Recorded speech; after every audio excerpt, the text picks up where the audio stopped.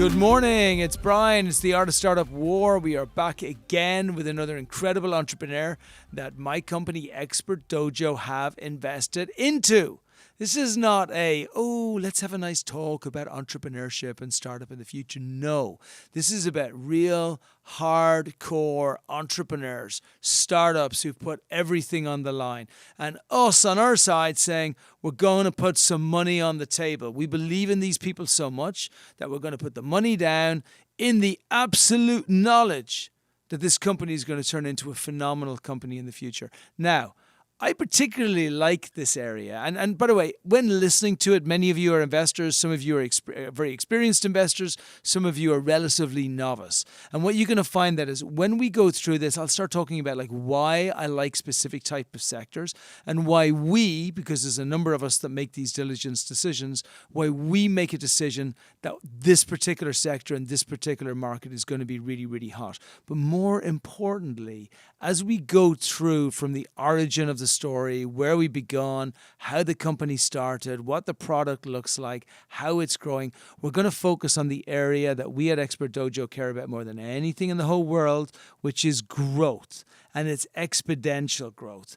What are we going to do to bring the company from where it is today to become a billion-dollar company? What does that look like? And we'll do some broad strokes looking at the different channels. But before we go to any of that, and before I even talk about what I was going to start with, was why this market is so hot, I want to give Madhav the first word and say hi to him, welcome him to the show, and just give him a big old Irish hug.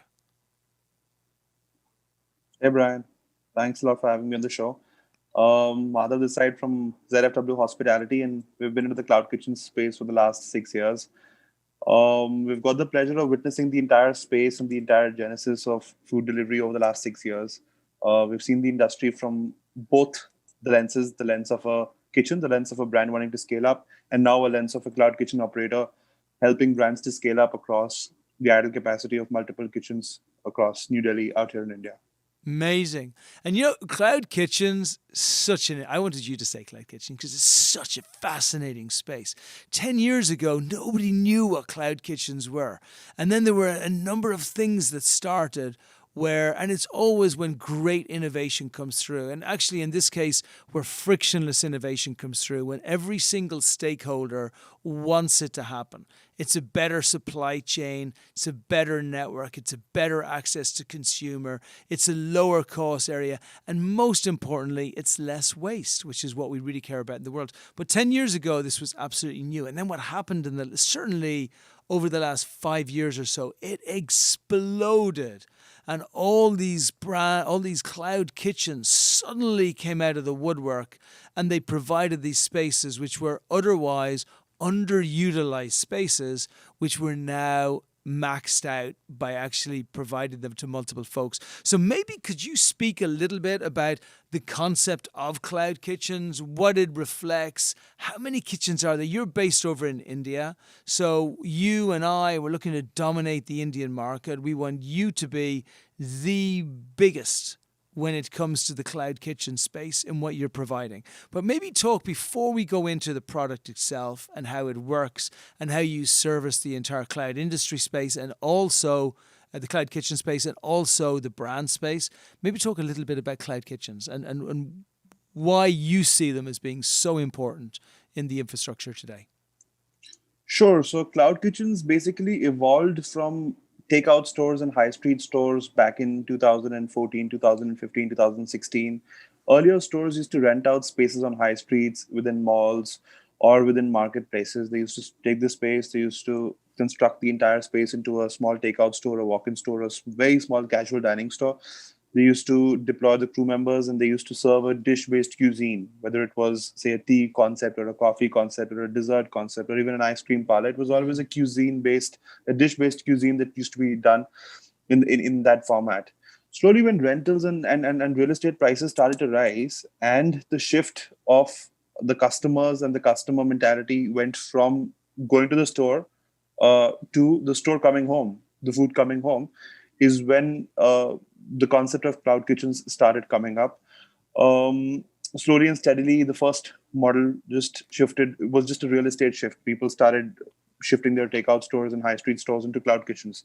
Later on, that became a multi-brand model when people realized that, there's a cloud kitchen, there are four walls, and you're running a brand. You're selling your food on multiple aggregator platforms. You're selling your food on all e-commerce platforms.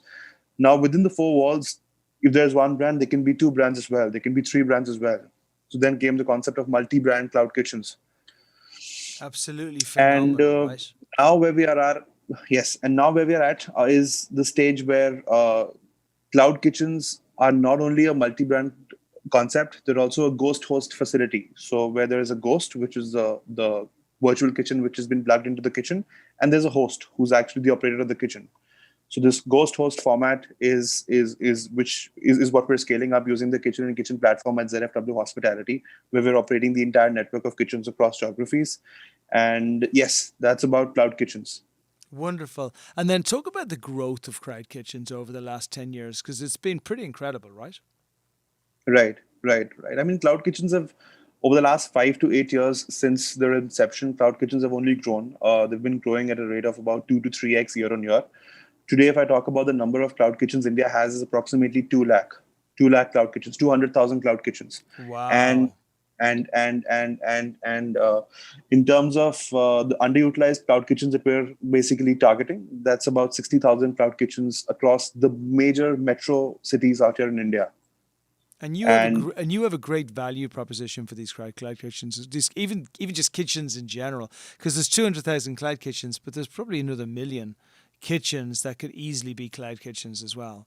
And those correct. companies, because the value proposition is, look, you can kitchen is utilized, kitchen in your home is utilized 10 to 20% of the time, right? If we take a commercial kitchen, it is probably utilized 40% of the time, maybe even 30, even busy restaurants, maybe 30% of the time, because you've got nighttime. When you're sleeping, that's 50% of the time gone, right? And then during the day or during the morning, well, maybe you're not cooking because you don't do breakfast. So you're using your kitchen 30% of the time. So why would you take an asset that you pay 100% of the time for and then only use it for 30% of the time? So the underlying logic is fantastic as long as you can just get the right neighbors to come in. So tell us about where ZFW came in, and tell us about where your position within the entire cloud kitchen space just became solidified. I'll first give you an example of the existing real estate cloud kitchen plays that exist in India and across the globe. There's a concept like what Cloud Kitchens is doing out there in America, what Travis Mm-hmm. is doing. It's a real estate play. They take, for example, a 2,000 square feet plate. They divide that into six kitchens, and they further lease that out to multiple kitchens. They're basically, Wow. it's a core kitchen facility. It's basically a WeWork of cloud kitchens. It's a core kitchen facility. That's more like a real estate play. What we're trying to get into is a network play. We don't acquire the kitchens, we don't acquire the real estate, we don't get into rentals, we don't get into landlords. We speak to existing kitchens, existing kitchen operators. We find the idle capacity within them. We educate them about the idle capacity within them. We plug in brands that are compatible within that kitchen. And it's a revenue share model on both sides. From a lens of a kitchen operator, he gets to optimize existing resources, existing investment that's already been deployed into existing resources Mm-hmm. gets to be optimized. And in terms of a brand wanting to scale up, they're able to scale up to multiple locations at one go without having to incur the capex of launching a new location. We give them access to speed. I mean, a lot of them ask us what's the difference between the network model of what ZFW is doing versus the model of what the other real estate guys are doing. They're also giving geographical expansion to potential brands. We Mm. give them access to speed. We're like, we can launch our brand in 25 locations in 25 days and service an order in less than 25 minutes. That's where Amazing. we come in. That's where we kind of add value to a brand. And you could argue that today there's nothing else that matters except speed. Like speed is what kills Speed's the name of so the many game. companies. Yeah, absolutely. And then talk about, so what was the genesis of the idea? How did you decide that this was going to be something that was going to define you going forward? So we're a 6-year-old company started back in 2015 as a small takeout store. We evolved to becoming a cloud kitchen from a takeout store as the industry was evolving. By 2019, 18, I graduated from college. 19, we were at 4 cloud kitchens across New Delhi in India. And the pandemic hit us, all 4 cloud kitchens, the operations paused, and we didn't want to shut shop. And when we realized that we were having to kind of shut shop at our kitchens, but we don't want to shut business, and but we want to scale up our brand, that's how we created a small little dish-based concept of biryani. It's a rice-based staple out here in India, and we scaled that up to multiple locations. We tested the entire network from the lens of a brand wanting to scale up with the supply, with existing kitchens, with existing kitchen operators at the back end. And when that worked, we thought of launching the platform, the operating system that we have now launched. We signed our biggest customer, Baskin Robbins. We signed 125 stores across 6 cities in India. We've already launched about 20% of that in about 2 months, Amazing. and we're launching the rest of it over the next 6 months. We launched a lot of other national brands that have presence out here in India, to the likes of a Kevin Turs, a Tibbs Frankie's, and many others. And basically, why brands, the sales cycle is also very low. For us to convert a brand, it's not more than 15 days, because there aren't many moving parts in the entire model. I mean, there is no lock-in period, there is no security deposit. It's a move-in, move-out model. It's a revenue share-based model. You pay as you go. So for brands, it's a very happy experiment. Absolutely. And then you spoke about one or two of the challenges you face. Maybe just go a little bit deeper into the challenges and then talk a bit about the team that you have. So whenever any great startup is looking to build their unicorn, at the very start, there are these challenges that just beat you and punch you. I like the whole Mike Tyson thing. You know, everybody's got a plan until they get punched in the face. So what were your punches in the face at the beginning, and how did it almost derail you? In terms of the cloud kitchen platform that we have now come up with, we face a few teething challenges initially, right from managing inventory of the stores to kitchens not sticking with us. So one of the major problems that we initially had was we used to sign a kitchen, we used to plug in a brand. But in the middle of the pandemic, if the brand doesn't perform, and it's a revenue share model on both sides, kitchen only gets to earn on the revenue that the brand has churned out from the kitchen. And if the brand doesn't perform well, is when the kitchen kicks us out of the kitchen. So the kitchen operator kicks us out of the kitchen, and that's where and that's where uh, kitchen attrition was becoming a problem. Now, of course, we've tweaked the model and we've refined the model in a way that there is a certain minimum commitment that the brand also has to offer, part of which is passed on to the kitchen Nice. to reduce kitchen attrition. And this was one of the major challenge in terms of team. We've not faced a challenge till now. We have a great team. I'm supported by 6 people who take care of operations, supply acquisition, marketing, demand acquisition, launch, and everything. So there's an entire team which is working on launching more and more internet restaurants for brands across geographies with kitchens, and they're doing a great job with that. Excellent. And then so, I mean, I always believe that those challenges that come in the early stages, they do nothing but make us stronger, or they kill us, right? And then the more that we see them, the more we go past it. But if you have the strong basis of a team in place, it makes them all an awful lot easier. It's only very tough when it all comes back on your shoulders all the time. So how did you pick such a strong team, or did they find you? I mean, I don't know if it's the best way, but the formula that we follow at ZFW is we don't need experienced people at this stage. We don't need to hire CEOs. We don't need to hire CFOs. Early on, we used to hire interns. We used to make them work for about 6 to 9 months. Basis performance, we used to promote them into a fixed format on a fixed employee basis. Mm-hmm. And later on, as we raised our pre-seed round a month ago, we picked people up from the industry, but again, very early people. One very important thing that we've learned alongside is that what's important for an employee in a startup or in an early venture early on is the energy. Yeah. I mean, skills can still be owned at a later stage. It's the energy and it's the vision that needs to be aligned, is what I feel. Totally true. And then, so, okay, so you built the team, you've got past the obstacles at the beginning, you built the infrastructure, you put everything in place, you raised some money. I mean, I've had your investor team on a call, which I joined last Yeah. Friday. You got a super team of investors who are surrounding you as well. And you've turned that into this great advisory group of folks that just get together and actually just all focus on how do they grow your brand. It's the whole focus on the call, which I really like. So I want to move into that next segment of the show now, which is all about growth. So we have everything in place. We'll get started. I want to talk about how you got on the first customers and how you got yourself up to where you are right now.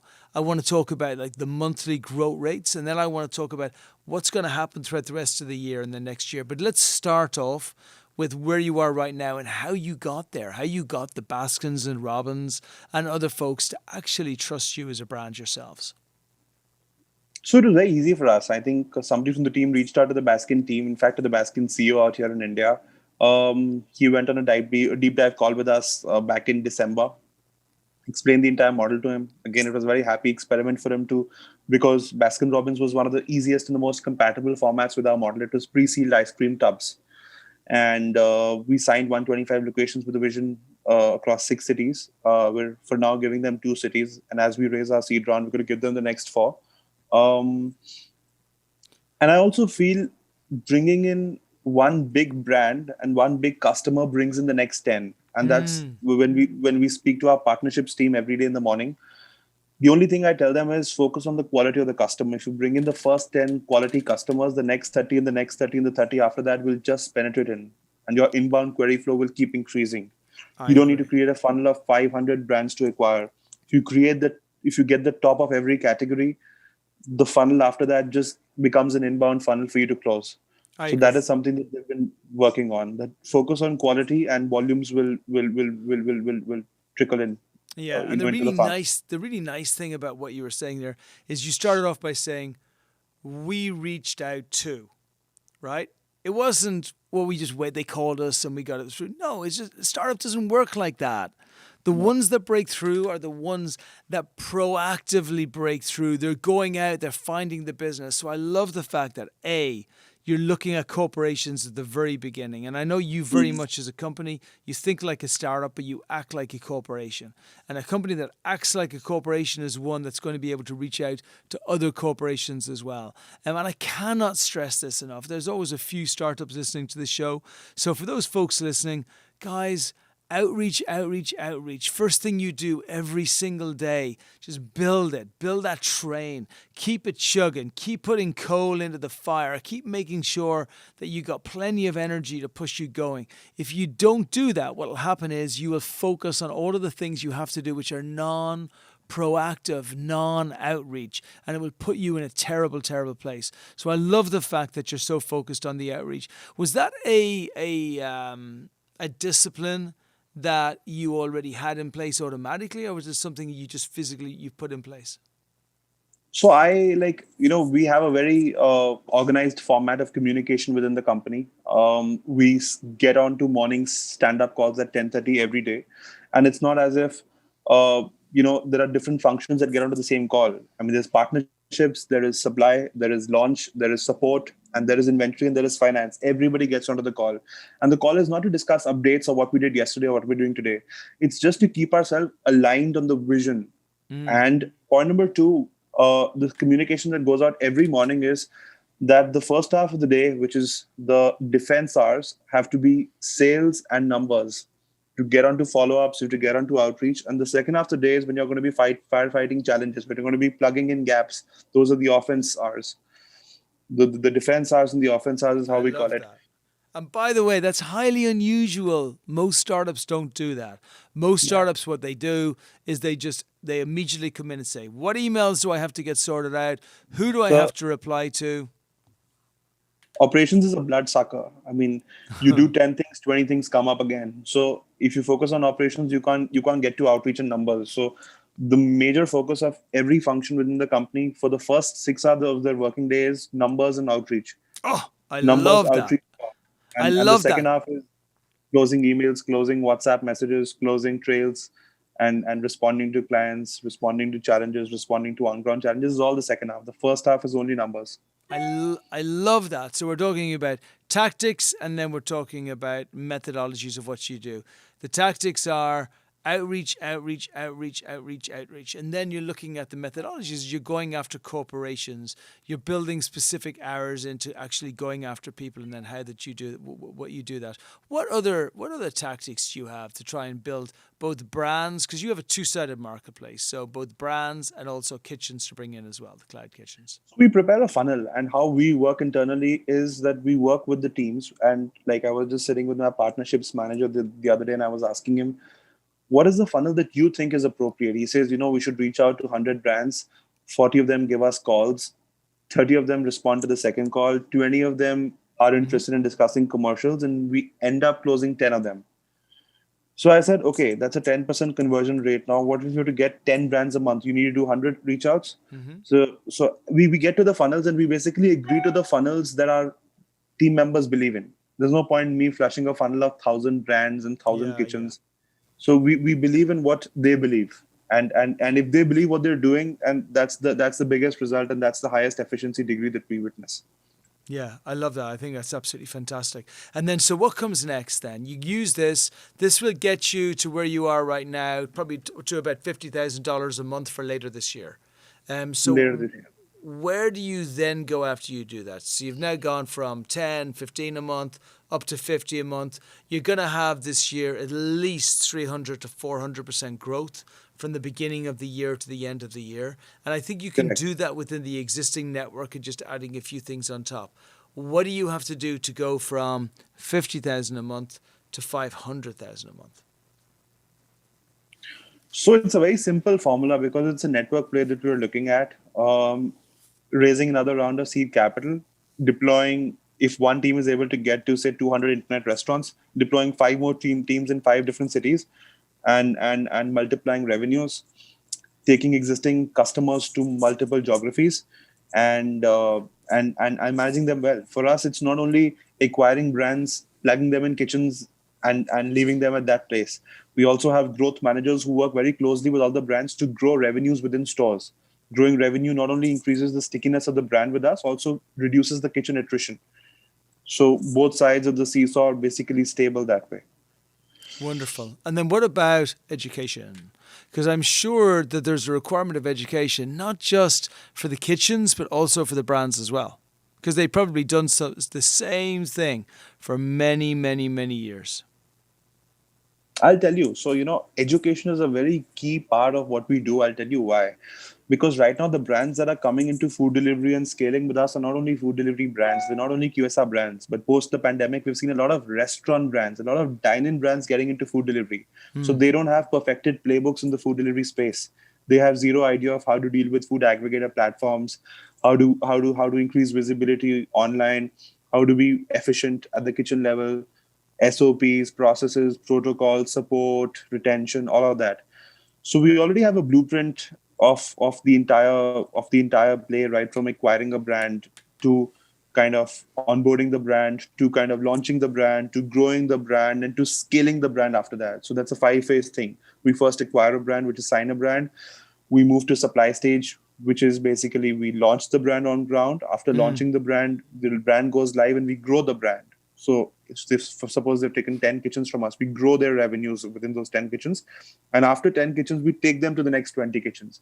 Oh, So that's wow. like a whole life cycle of how we deal with the brand internally.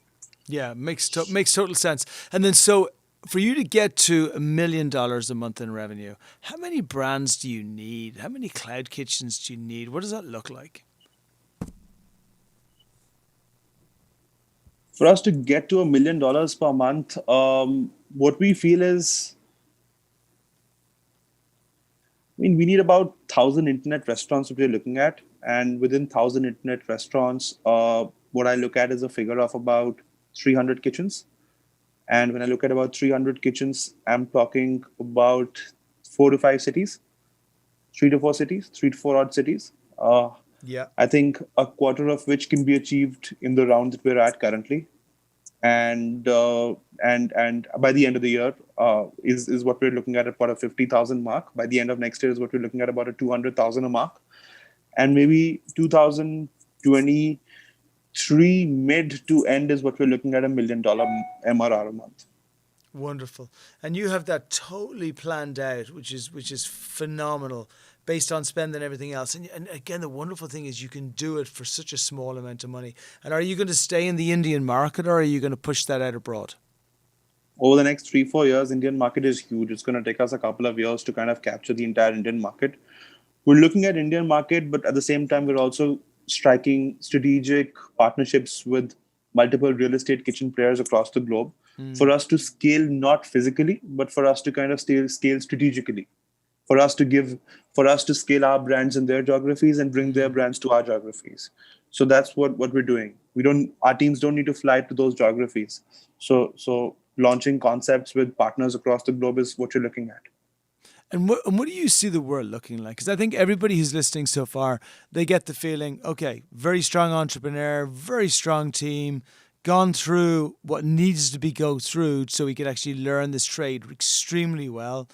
Scaling very nicely right now, looks at 300 to 400, maybe even 500% growth between the end of last year and between the end of this year. Just doing a super job. So for all of that, we feel really good. What do you think is going to happen within the cloud kitchen space itself?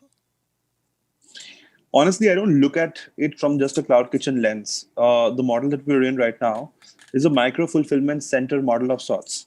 Yeah. So after cloud kitchens is when we get to D2C brands, when we get to consumer brands. Today, I'll just give you a little idea of a D2C operation. Today, if you're a customer and you order a D2C product, it takes anywhere between 2 to 5 days to get that product delivered to your place. Mm-hmm. With 1,000 kitchens or with 500 kitchens across geographies, giving them access to micro fulfillment centers is what's going to allow brands to scale further, is what's going to allow brands to deliver to customers in less than 2 to 3 hours.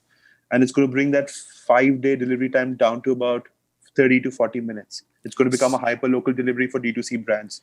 So that's after cloud kitchens, a cloud kitchen coupled with a D2C play is a 10x larger play that we're looking at over the next 3 years. And this is we're your already vision. Starting pilots. Beautiful. And this is your vision. You want to control everything, the whole enchilada. Yes, it's basically the idea of it is the broader vision of it is basically using idle assets in the economy and scaling distribution of D2C and food delivery across multiple cities, across metros, tier 2s, tier 3s. Incredible. And there's no doubt in my mind, and for those of you who are regular listeners to the podcast, you will realize, yes, there are unbelievable companies coming out of India right now. Why would we look here at companies who are fighting against everyone? High Facebook ads costs, problems with VCs. In India, we have this virgin, raw, beautiful ocean, which is just waiting to be swum in with amazing entrepreneurs just about to break through. So I want to say, Madhav, thank you, buddy, for everything you've built so far. For me, we could not be happier that we invested in your company. I think you've got unbelievable potential. This is a super hot space. And for us, it's for us to lose because the cup is there waiting for us, just for us to go celebrate. So just finish us off, maybe if you can, with a direct message to the investors here, talking to them about why investing in your company is such a good idea. And then also make sure, please, that everybody has your email address. Yes. So, it's a very clear vision and it's a very fast moving company in terms of growth. And as I always mention, it's the fastest moving steam train, and you just got to put your foot in the door and enter the steam train, and you just got to ride the entire journey. And because we're going to be raising round and round, we're going to be scaling city to city, we're going to be acquiring customer to customer, and the journey ahead looks good. That's all I can say. Fantastic. And how can people contact you? Yes, so my email ID is madhav@zfwhospitality.com. It's a very simple email ID. So MADHAV. Yes. Yeah, at ZFWHospitality.com. ZFW Hospitality. Nice and easy. Madhav, we're going to make a ton of money, buddy, and we're going to take over the world, and you are going to have the greatest logistical network on the planet in India, where every single thing that is touched by F&B logistics is going to be touched by you. Yeah, likewise. Beautiful thing. Okay, that is a wrap, my friends. Thanks for being a part. Okay, thanks, Brian.